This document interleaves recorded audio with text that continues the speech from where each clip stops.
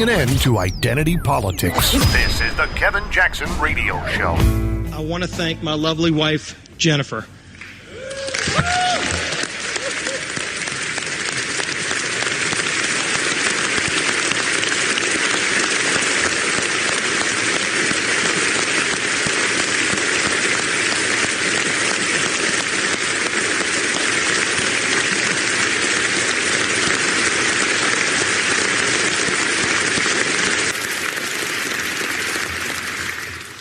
Those of you who know her know how strong Jennifer is. She's an incredibly warm and loving wife, and she's an incredible mother to our children. And somehow, through the late nights and the surgeries and all the other things, she managed to hold our family together, to make sure that Harrison and Madison were cared for as well.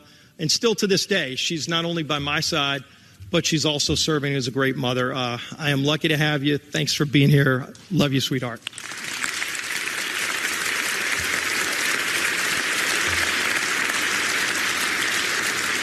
Welcome back, everybody. That was Steve Scalise.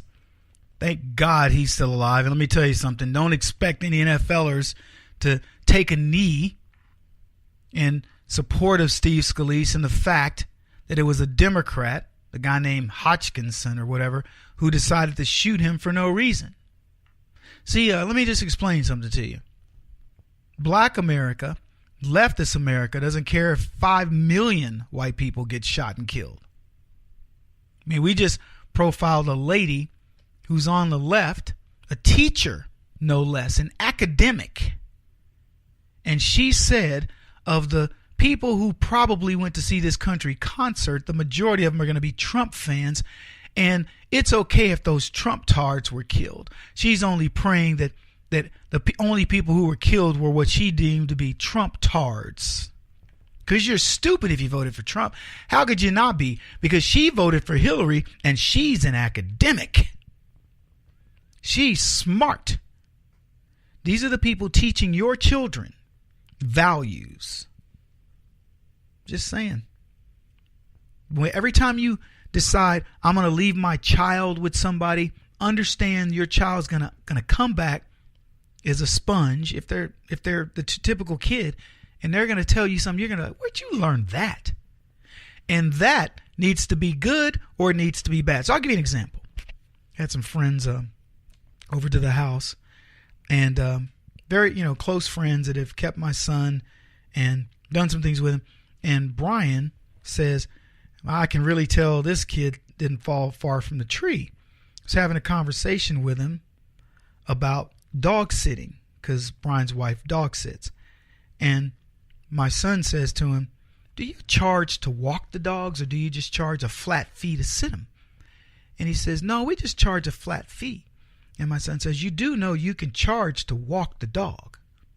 And Brian's like, yeah, we know. We're trying to look at it, like we're trying to offer like an all-inclusive service that lets people not have to worry about, is my dog getting walked or whatever? It's just all inclusive. It's a good price. They feel like it's a good bar.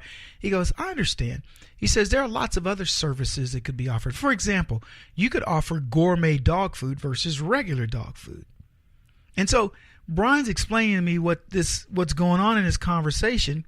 And as much as I'd love to take credit and tell you, oh, yeah, it's my kid, his mom's had that conversation with him because when we sit our dog or, have him in the kennel, then that's the type of thing that the kennel has said to us. So she was explaining capitalism, that you could have a la carte services, which is what he called them, which surprised Brian. You could have a la carte services, or you could have all-encompassing services. And Brian was blown away.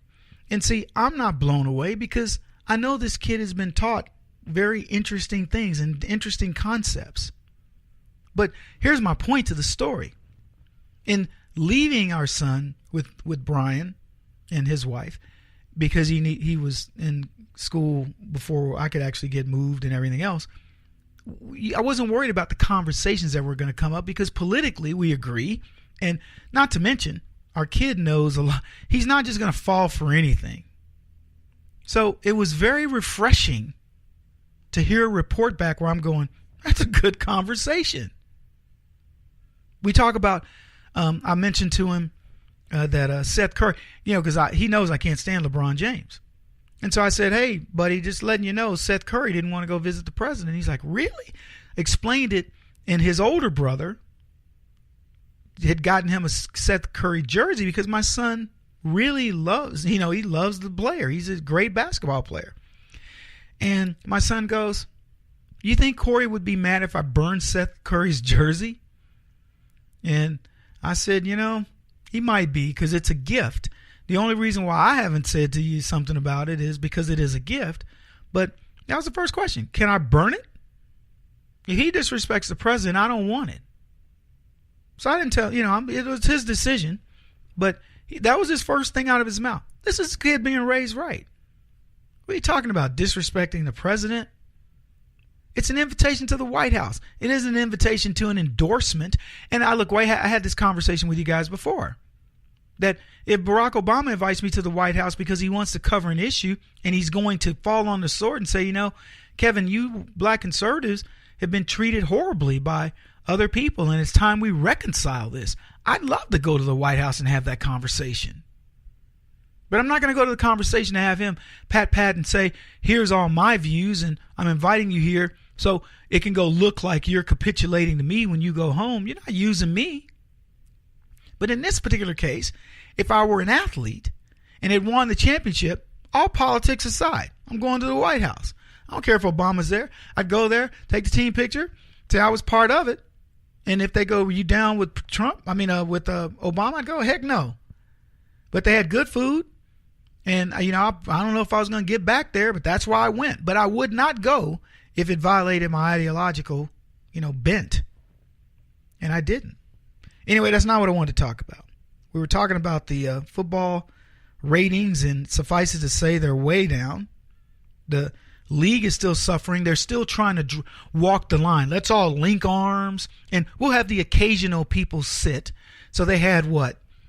I think they said, when Kaepernick did it, he sat, and then after that it was 9 people. Then Trump said, okay, sit, do whatever you want. And supposedly they say 200 people sat. I don't know if that's the case. I heard it was 100. But it's 1,700 people in the league. The overwhelming majority of people did not sit.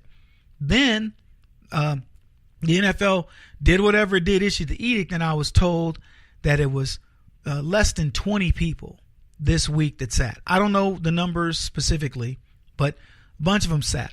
Some stood and raised their fist. So here's the thing. The NFL is still trying to walk a line of, I don't know, we don't, do what you want. It's your peaceful protest. The NBA said you will stand for the anthem, period.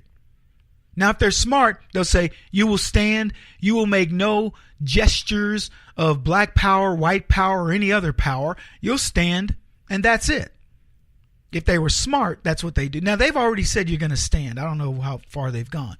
The NFL would be smart and to say that, but they haven't. And let me tell you something, and I said this the other day. Until they do this, there's only one direction it's going to go. And it isn't like they start doing it and suddenly we all come roaring back as fans. It isn't going to happen. Because now they've tainted the brand to the point where people know that they don't like. These players are making millions and millions of dollars, but they don't like America. They don't like, what we represent. Why should I come back at all? So unless the NFL not only stops this, but they start getting these players that come out. By the way, the overwhelming majority of blacks in the NFL don't give a crap about Black Lives Matter. Nobody's going to tell you that. I'll tell you. When they start featuring these guys and playing for them, then showcasing them is the guys who are on the field playing and doing well and become ambassadors to the sport is not going to happen. Now, here's something interesting. They said that the quarterback of the Oakland Raiders, he stood while the players took a knee. And supposedly they let him down. They didn't play hard. This week, guy gets brutalized, maybe out for the season. The rumor is not only that last week did the Raiders throw the game. I don't know. I don't know if this is true or not. It's out there, wide speculation, that they threw the game and said, we ain't playing for this white boy who would not take a knee with us. And then the next week, he gets his knee blown out or something because they won't block for him. And now they got a quarterback in that they can't win with. But that's the level that these people appear to be willing to go in order to, to further their own cause. How sick is that? That you would sacrifice your team and your players because they don't want to, they don't follow your ideological bent. Be careful out there, guys. He won't stop until he's the top-rated radio talk show host in America. What kind of weird competitive freak are you? This is the Kevin Jackson Radio Show.